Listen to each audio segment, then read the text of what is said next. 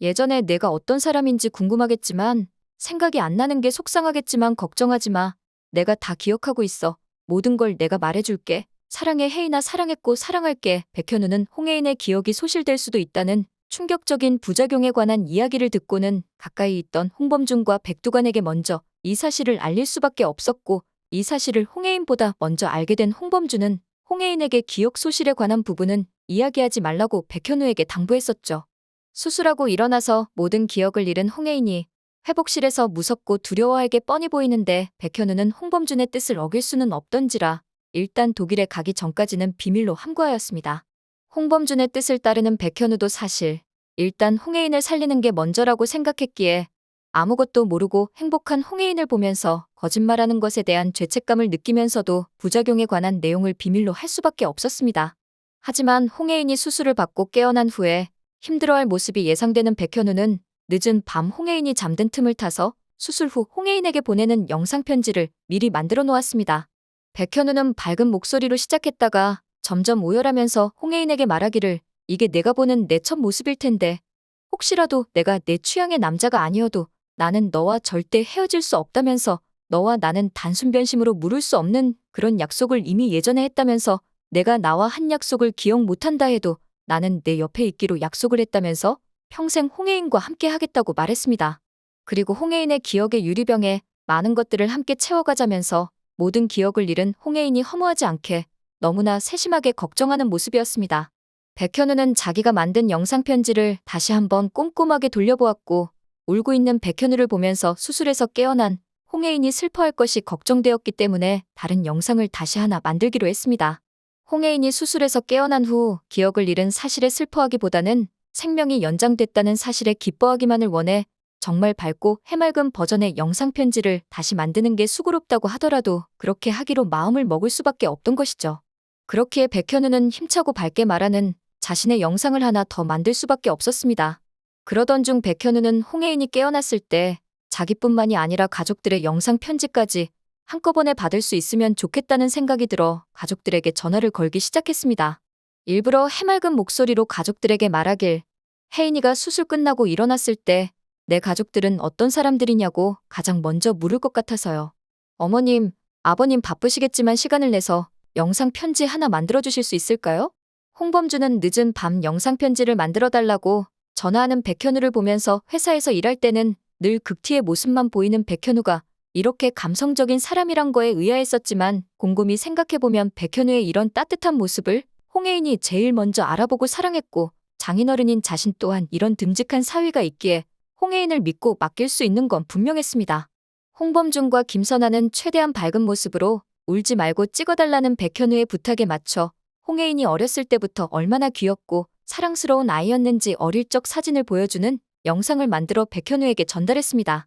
백현우는 홍혜인이 눈을 떴을 때 제일 궁금해할 홍혜인의 과거 사진들과 함께 신혼여행에서 여행했을 때의 사진들을 앨범에 담아 검정색 보스톤백에 담았습니다.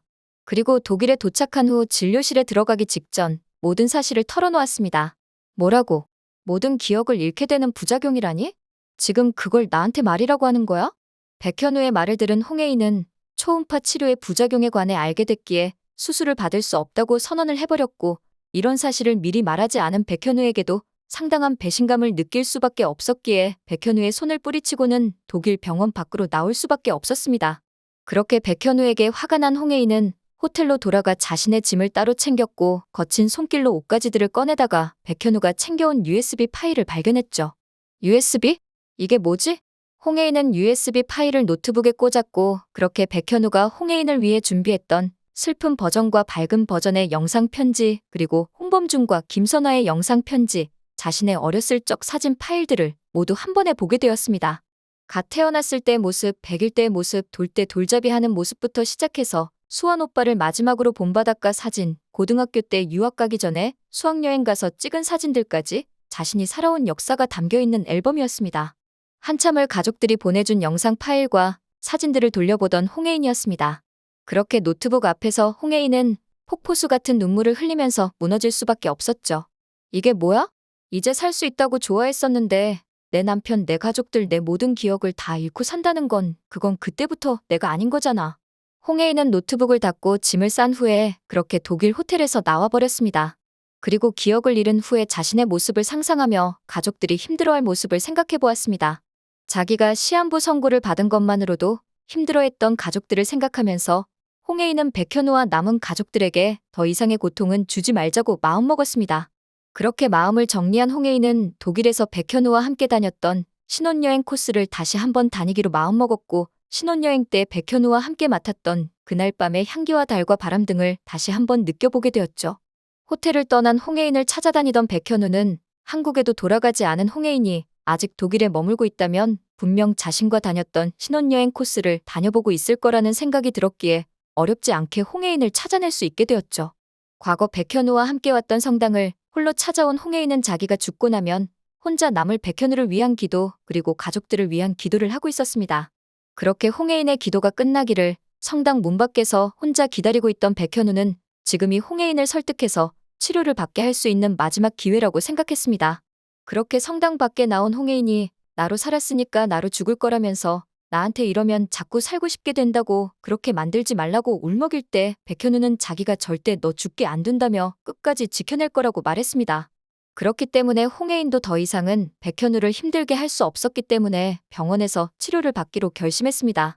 홍혜인이 치료를 받는다는 소식을 듣고 다행이라고 여긴 홍범주는 홍혜인에게 전화해 백현우가 그 병원의 치료법을 발견하기까지 얼마나 힘들었는지 백현우의 수고에 관해서 이야기하면서 꼭 치료 잘 받고 오라고 당부했습니다.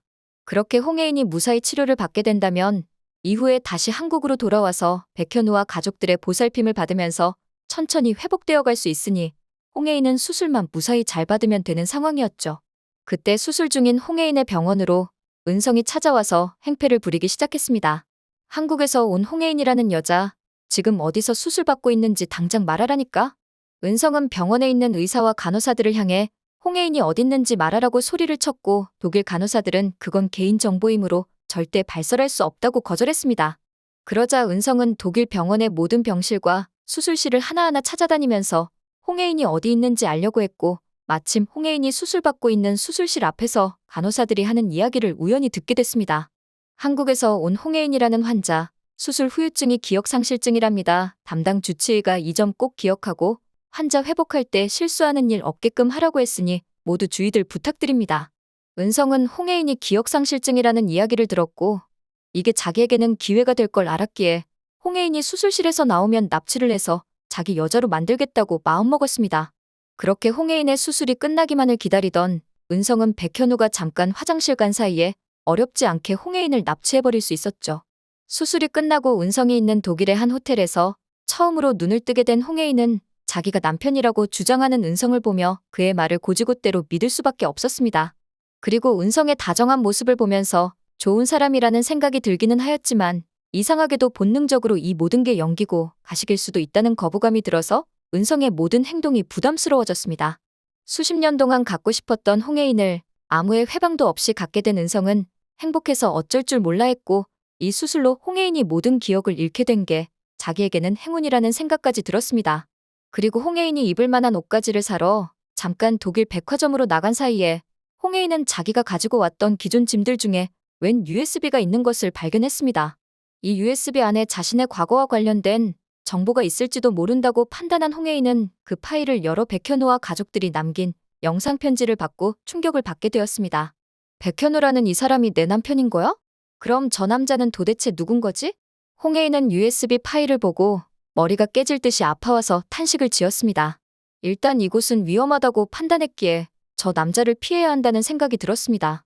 남편도 아니면서 남편이라고 주장하는 저 남자는 납치범일 가능성이 높았기 때문입니다. 일단 호텔 밖으로 나온 홍혜인은 택시를 탔지만 아무 기억이 안 났기 때문에 어디로 가야 할지조차 몰랐습니다. 자기 국적이 어디인지조차 몰랐습니다. 하지만 K-팝의 팬이자 한국 문화에 관심이 많은 택시 기사가 홍혜인이 한국 사람인 것을 단숨에 알아보고는 말했습니다. 너무 걱정 마세요. 한국 대사관에 데려다 드릴게요. 택시기사의 말에 약간 안심이 된 홍혜인은 한국 대사관 쪽으로 향하고 있었습니다. 하지만 홍혜인이 탈출한 것을 알게 된 은성이 홍혜인을 쫓아오기 시작했습니다. 여권이 없는 홍혜인이 한국에 가려면 한국 대사관에 올 거라고 생각한 백현우도 그 근처에서 기다리고 있다가 택시에 탄 홍혜인을 발견하고 홍혜인의 택시를 향해 뛰어가기 시작했습니다. 하지만 백현우에게 홍혜인을 또 뺏길까봐 겁이 난 은성이 홍혜인의 택시를 향해 돌진하지만 마침 은성을 수배하러 나타난 경찰차가 은성의 차를 들이받아 버립니다.